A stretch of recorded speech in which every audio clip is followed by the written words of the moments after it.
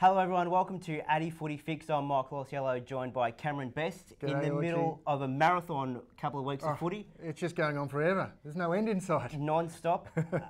Big news off the field, apart from the on-field action, is the TV rights. What does it mean for footy fans? Yeah, well, I mean, it means a lot for footy fans. It means a lot for the AFL as well, of course. You know, $1 billion plus. They must be laughing all the way to the bank, you know, got the dollar signs in the eyes. And live television is great. Live football is great to see footy live. You know, everyone loves to see the footy live.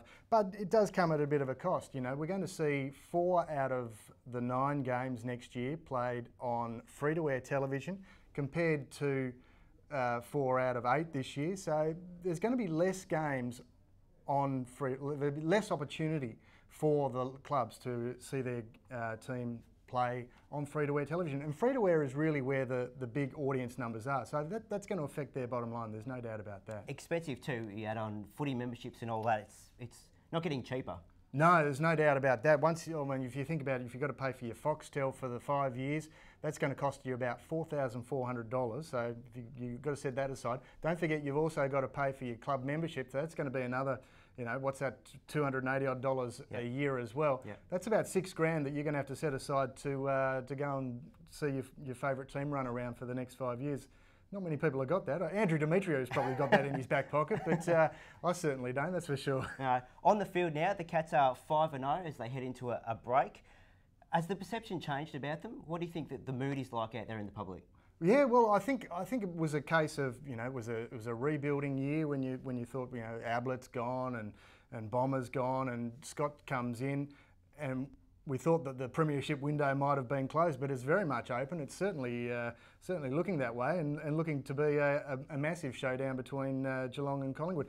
I'm going to ask you, do you think that Chris Scott, when he came into the job, that he would have thought that he would have been 5-0 at this point in the year?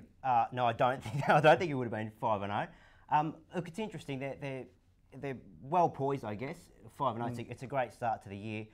I guess they've got some concerns. Cameron Mooney is one for me. I think that's a concern. He battled with that knee all pre-season. Didn't really have a pre-season. He was in the rehab group with Brad Alton's. Otto's come out to the start of the year and just set the world on fire, but Mooney's really struggling. Obviously, he's not going to play a full season. Already missed a couple of games this year. It's going to be hard to see him come back, really. Yeah. They got Mitch Brown coming through in the VFL. It's going to be tough to see what sort of role he can play.